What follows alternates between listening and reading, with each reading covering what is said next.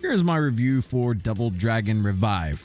TLDR, Double Dragon Revive isn't as bad as bigger publications are saying that it is, but it's a mid beat 'em up game with flashes of nostalgia for old timers and also a basic, easy to pick up and master game. Personally, I would wait on a sale, as I don't think that this game is worth the $35+ price tag at the moment. Also, drop a like and subscribe because I didn't make you watch the entire video to get the verdict. You're welcome. Now, if you want to know why I have this conclusion for the game, go ahead and continue watching. Revive was released on October 23rd, 2025. Funny enough with the name Double Dragon Revive, as the beat 'em up genre has recently been popping off.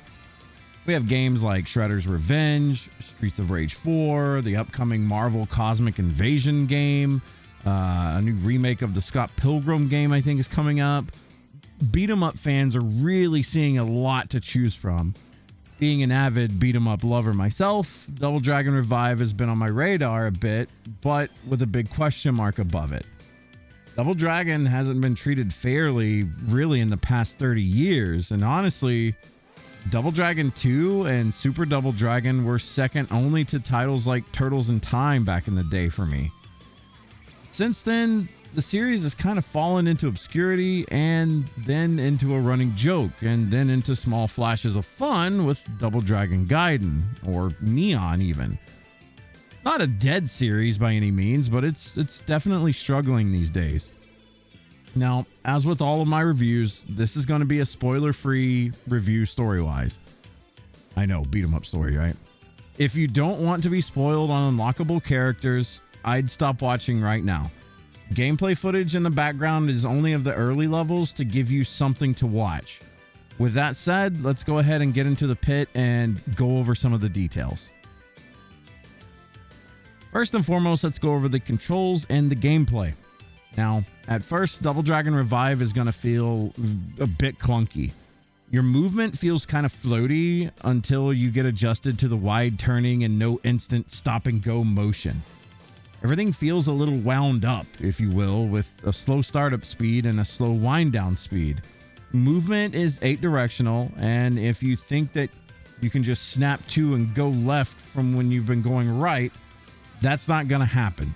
It doesn't feel bad, it just doesn't feel completely tight. Now, attacking on the other hand feels good. You have a basic punch, which you can string together for a 3 to 5 hit combo or a wall splat. You have a grab. I have a dog that's barking. Anyway, as I was saying, you do have a grab, a dodge, and a block, as well as a jump for evading attacks or coming down with an attack from above. There are portions of each stage that you can knock enemies into. It might be a car, an open electrical wire, a roulette spinner, a basketball goal, or just a trash bin. There's a lot of creative ways to dispatch your enemies, and honestly, it's really fun too. Now, most of this feels fluent and good. Some commands, there's some button commands that override each other, and that's kind of annoying, especially in multiplayer. RT on the controller, for example, is your grab. It's also your revive if your teammate is down. It's also the button to pick up weapons off the ground. Many times in my multiplayer run was I accidentally reviving my friend when I was actually trying to grab an enemy that was close by. Now, it's a small issue overall, but it game overed us like 2 or 3 times during our playthrough. Wall jumping is somewhat inconsistent as well. Most of the time it works, and then randomly it just won't. I'm not a big fan of the dragon meter that when it's completely full, it just happens. You can't really, you get 2 dragon orb meters, right? And when one fills up, you can do like a finisher move, and it's like a screen wide AoE thing. Really powerful. Well, there's 2 of these orbs, and when your second one fills up, it just seems like it just automatically pops off, so you can't really save 2 of them for a boss. This could be a thing. I'm not sure. I don't know. Maybe it's a bug, maybe not. I'm not 100% sure. I'm also not 100% sure if you can change this in the settings with RT not, doing everything in the game, but, out of the box, the control scheme isn't bad. It's just kind of annoying at times.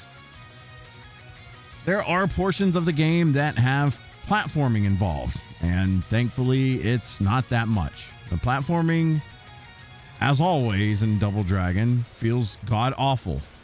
I'm not sure if they were trying to go for nostalgia since the older games had similarly awful platforming, but hey, it's bad here too. At least you don't straight up die if you fall into a hole though. Now, touching on multiplayer a little bit more, it gets a little annoying sometimes. Your teammate can interrupt your grabs, for example, with a punch, or if they're fighting an enemy that suddenly flails your direction and bumps the enemy that you've grabbed, it just interrupts it. It's again, nothing major, but it can get a bit annoying at times when you're going for a wall slam with grabs. If your friend or you are far enough ahead, the laggard will instantly be dropped on top of the player that's in front. This also means that if they are currently jumping over a hole, you're going to fall in. We had this happen quite a few times.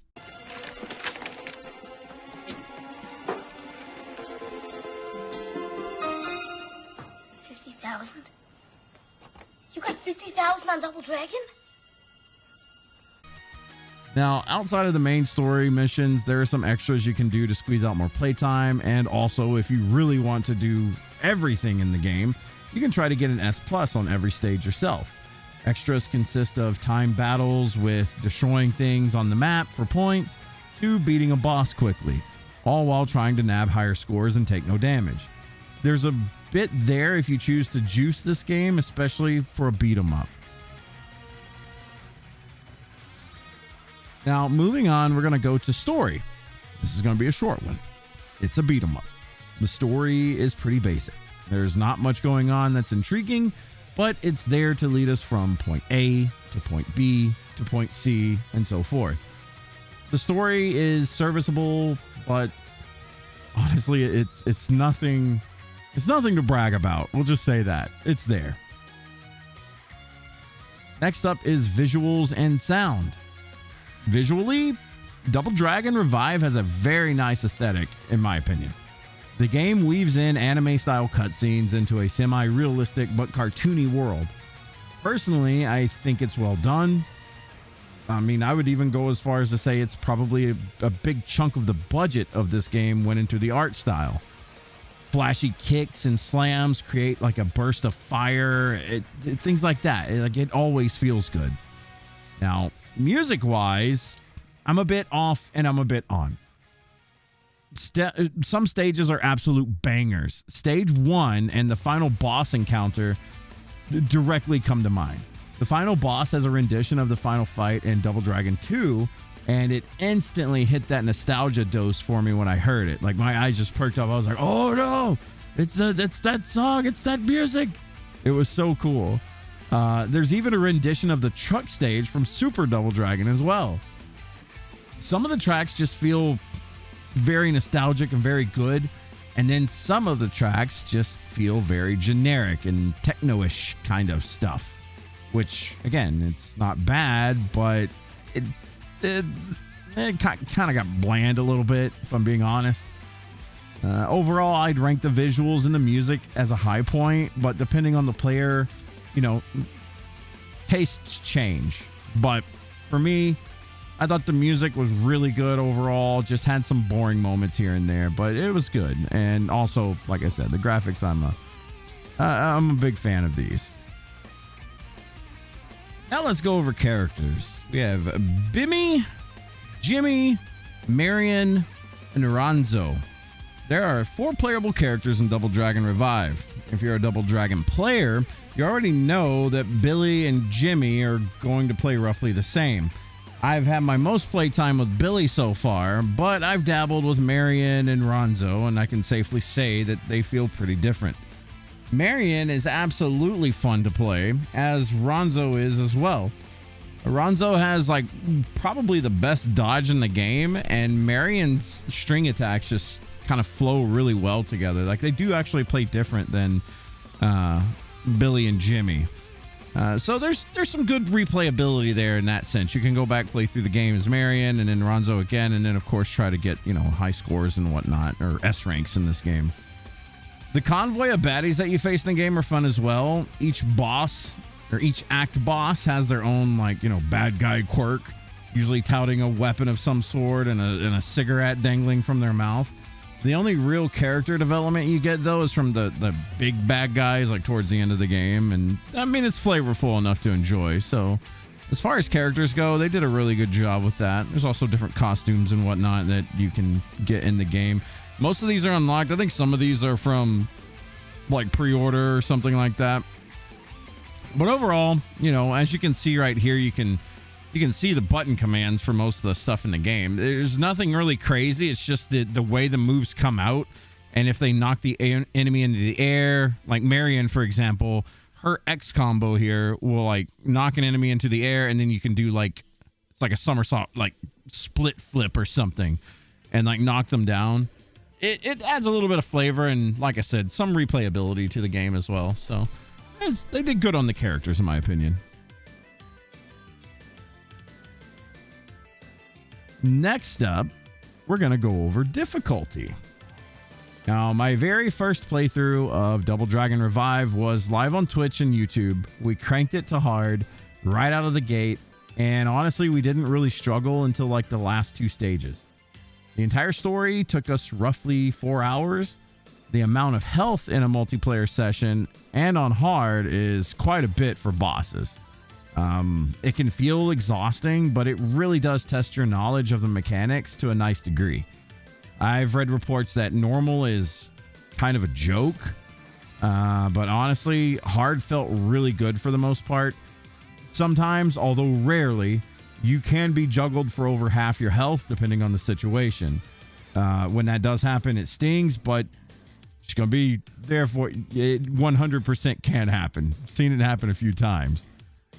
So that's there. Just, you got to be careful. Checkpoints are a big thing in Double Dragon Revive. Unlike the older games where you basically go back to the start.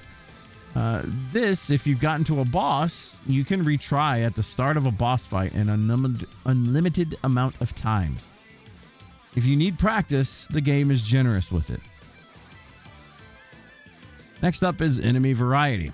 If you've played a Double Dragon game before, all the familiar faces are back. You got grenade tossers, knife throwers, Abobo, and more Abobo. You got ninjas, you got everything. Revive does a great job at keeping the variety fresh all throughout the game. Honestly, it's one of the high points of the game, in my opinion. Like, you do face the same enemies over and over again, but they always inject a few more, like new faces for you, or old faces from before to hit that nostalgia again. Enemy variety, very good though in the game. And last but not least, here are my final thoughts of the game. Double Dragon Revive doesn't do anything amazing, and it doesn't do much terrible either. Once I finished the game, I asked my friend what he thought of it. He instantly said it's a 6 out of 10. And although I typically don't do a 1 to 10 scale, I honestly would kind of agree. The game isn't horrible by any means, and there's fun to be had, especially if you really love beat 'em ups. But on that same coin, it does nothing spectacular either. Thankfully, it's, not a knock an enemy into the air and do 1,000 chain combo style beat 'em up, which is kind of refreshing in today's world. But, it really doesn't do anything out of the ordinary. Plays it safe. Double Dragon has been plagued with subpar games since the NES and SNES era, with some gems, but mostly just disappointments. I'll say this, if you're a beat 'em up junkie, you're probably going to get some enjoyment out of this game, as I did. Double Dragon Revive is a mixed bag, and sitting at a $35 price point, my honest opinion, for the majority of players out there, wait for a sale. It's a fun game. It really is, especially in multiplayer. But $35 is honestly a bit much for the experience overall. Again, if you're not really deep and big into beat 'em ups, I would wait on a sale. But hey, if you love beat 'em ups, if you're a beat 'em up junkie kind of person, you're probably going to get quite a bit of enjoyment out of this game. So anyway, that is the review. I appreciate you for watching. If you're still here, thank you so much. This is like a day one review. Usually I get like 80 plus hours on a game. I've only gotten roughly 10 hours of this. So, hey, some of my points may not be perfect, but just going to let you know, we've only gotten 10 hours into the game, done 2 playthroughs of it so far on hard. Been pretty fun for me. But again, $35 is pretty steep for people I know, especially these days. But anyway, that's the end of the review. Thank you for watching. I'd appreciate it if you drop a like and subscribe, and we'll see you down the road.